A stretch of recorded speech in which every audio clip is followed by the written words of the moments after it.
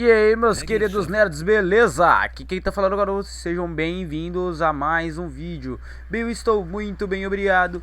E hoje trago para vocês os 5 maiores erros da Nintendo. Nintendo é uma empresa incrível. Ela excepcionalmente inventou o mercado de videogame moderno.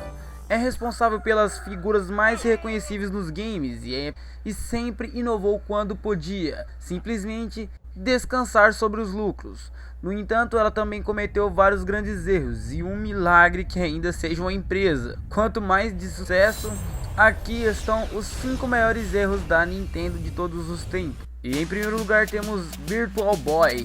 Era no ano de 1995, o Super Nintendo já tinha 5 anos e o Nintendo 64 não seria lançado por mais um ano. Gamers que queria algo novo, algo que não tinha experimentado ainda, eles não queriam enfiar o rosto num pedaço de plástico sustentado por pernas finas e jogar games com gráficos feios e nada além de cores vermelho e preto. É difícil dizer qual foi a intenção da Nintendo com o Virtual Boy. Não poderia ser substituir o Game Boy, porque não era facilmente transportável e exigia uma superfície plana para o uso. Ele definitivamente não era a sua ideia de um console Next Gen, uma vez que foi desenvolvido simultaneamente ao Nintendo 64. Foi literalmente o primeiro feito do Nintendo 64 e em algum momento a Nintendo percebeu isso, entendeu? E também ela correu para mover todos os recursos de desenvolvimento do Nintendo 64. O resultado, primeira grande falha da Nintendo. Qual foi a tamanha falha? Durou por apenas um ano e teve apenas 22 jogos. E menos de 15 jogos foram lançados na América do Norte, entendeu? Depois disso, ele se foi para sempre, né? Mas, de curiosidade, o jogo considerado o pior do Virtual Boy foi o Water World.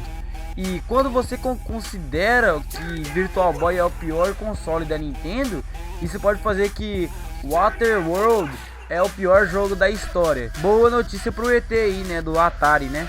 E em segundo lugar temos manter os cartuchos no Nintendo 64. Isso foi um grande problema, porque nessa mesma época de lançamento tínhamos um forte concorrente, o PlayStation 1, que já era CDs. E no Nintendo 64 foi o último grande console a usar cartuchos. Há uma razão para isso: cartuchos não conseguem conter o máximo de dados como um CD. E eles são muito caros para produzir. Então, cara, acaba meio com os jogos não tão bons. Os caras, outra estratégia ruim, né, velho? É ruim. Nintendo, quaisquer que fossem suas vantagens, as desvantagens podem ser resumidas na perda de um jogo. O Final Fantasy, caralho, mano. Não teve o Final Fantasy aí, né?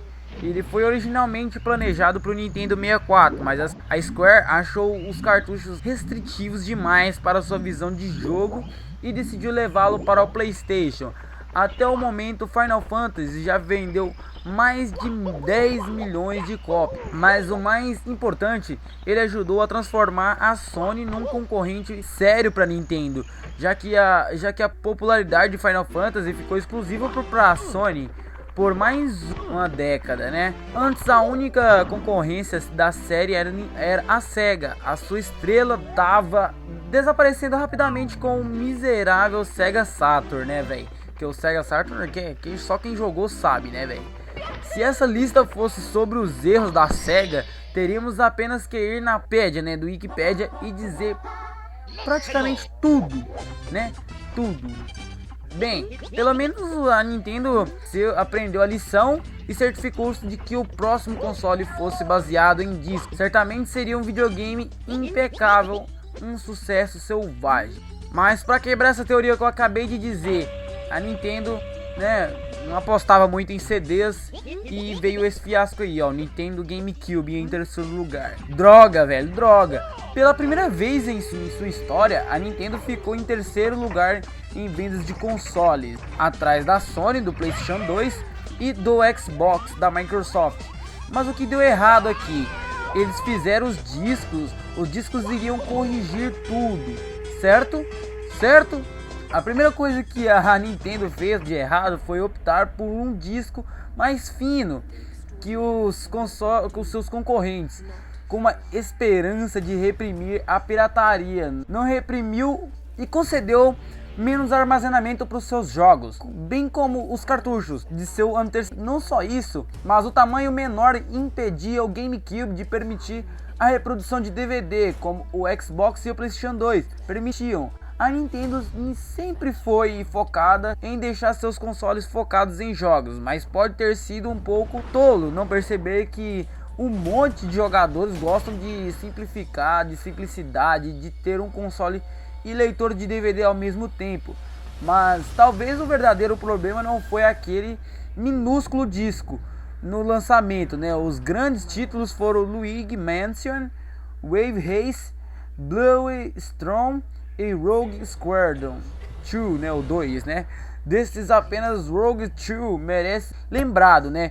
O maior problema foi que este foi o primeiro console da Nintendo a ser lançado sem um novo Mario, né? E uma vez que o Mario Switch chegou, sua recepção foi mista, velho. Pelo menos o console foi muito bom. O GameCube acabou vendendo cerca de 22 milhões de unidades. Não é ruim, até você considerar que o PlayStation 2 vendeu espantos, né? 154 milhões de cópias, né? Cara, uma coisa pra quem tem o Nintendo Wii U aí, que a pessoa já deve saber, é que ela tem que evitar a internet, principalmente se ela mora no Brasil. Por quê? A Nintendo odeia a internet. Por quê? É uma pergunta que eu faço. Por que a Nintendo odeia a internet, mano? Enquanto a Sony e a Microsoft estavam lançando grandes redes de jogos online, Nintendo teimosamente insistia que ninguém iria jogar através da internet, proporcionando solução meia boca para o Wi-Fi do Nintendo GameCube e seus consoles posteriormente, né? É a pior parte. Os Freedom Codecs, números de série longos necessários, né, para entrar e jogar com seus amigos online. O objetivo da Nintendo com sua resistência é meio que rigorosa. Medidas era limitar a exposição dos seus jogadores. Ao maior dos outros jogadores online, certifique-se que você jogaria com uma pessoa que já conhece. Já na Xbox Live, por exemplo, é uma notória força mas trouxe divididos significados ao longo do prazo. E essa altura, mais pessoas estão usando o seu Xbox 360 por fins não jogos, né? E isso é tudo graças ao abraço de recursos online da Microsoft. A Nintendo teve um sólido controle da sua marca e não queria destruir disso, né? Nesse meio tempo ela foi deixada na poeira, velho.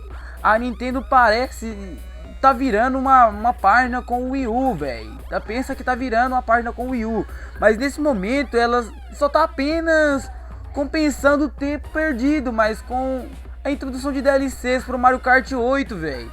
O que realmente ela precisa fazer é conseguir mais jovens de 12 anos gritando insultos raciais durante suas partidas. E ela está de volta ao jogo, velho. Bom, em quinto lugar temos criar o PlayStation. Mano, esse é o maior de todos, o que vai verdadeiramente assombrar a Nintendo pro resto de sua existência. A Nintendo não é responsável pela existência do seu maior rival. De volta a 1986, a plataforma de CD-ROM estava apenas decolando e as possibilidades eram infinitas. A Nintendo estava quase fechando parceria com a Sony para desenvolver um anexo de CD-ROM para o SNES, algum tipo de estação de jogo conhecida como PlayStation. O problema foi que a Nintendo e a Sony nunca chegaram a um acordo sobre como dividir as receitas e os direitos. As coisas pareciam estar bem, mas em julho de 1991 foi quando a Sony lançou o PlayStation na feira Consumer Electronics. E no dia seguinte a Nintendo disse que eles estavam quebrando o seu acordo e estaria fazendo um novo sistema de CD-ROM para o SNES com a Philips. Mas isso irritou a Sony e a Nintendo não gostava de ver Sony está irritado, né? A Sony decidiu avançar para a indústria dos jogos por maldade, né? Maldade pura, por dinheiro também. Óbvio, por dentro de alguns anos a Sony lançou o PlayStation, que nós conhecemos e amamos, e o resto da história é... E as coisas lançadas pela Philips foi o CDI. Não vale a pena falar dessa aberração, cara. Não vale a pena eu falar disso, porque é um bagulho, tipo, um videocassete que você pode jogar jogo muito... Cara, não vou nem falar.